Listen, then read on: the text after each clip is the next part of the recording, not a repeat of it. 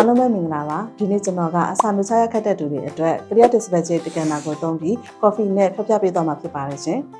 အရင်ဆုံး Clear Display ကြီးဘူးလေးကိုဖွင့်လိုက်တာနဲ့အချိုးစားကိုချိန်ကြည့်ဖို့အတွက်ဒီလိုစုံလေးပါပါမယ်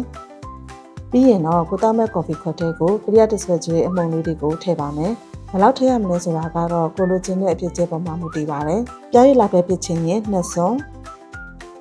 ဝီကီလိုအနေထားမျိုးဆိုရင်4စွန်းပူတင်လိုအပြည့်မျိုးနဲ့တောက်ရမယ်ဆိုရင်တော့6စွန်းထည့်ပေးရပါမယ်ထည့်ပြီးရင်တော့စက္ကန့်30ကနေ10မိနစ်လောက်ကြာအောင်တခြားလေးမှွေပေးရပါမယ်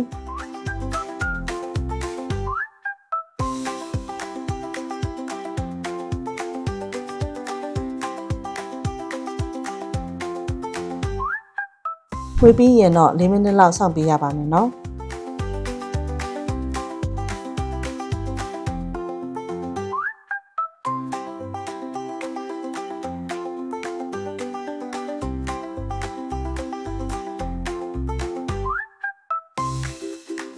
ဖြောပြီးသွားတဲ့အခါမှာလည်း coffee လေးကပြတ်သွားပြီမဲ့သူ့ရဲ့မူလာအရောင်အနက်အရသာတွေကတော့လုံးဝပြောင်းလဲမသွားပါဘူး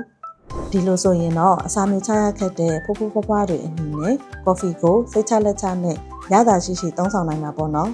ဒီ Clear Display ကြီးကိုဝယ်လို့သူတွေအနေနဲ့မြို့နယ်ရှိမိတ်ဆက်ရဆိုင်တွေမှာဝယ်ယူနိုင်လို့ online မှာဝယ်ယူအားပေးလို့သူတွေအနေနဲ့လည်း Facebook Messenger မှာတက်ဆင့်အားရဆက်သွယ်မှာယူနိုင်ပါတယ်ရှင်အားလုံးပဲကျန်းမာချမ်းသာကြပါစေနောက်ဗီဒီယိုတွေမှာပြန်လည်ဆုံတွေ့ပါမယ်နော်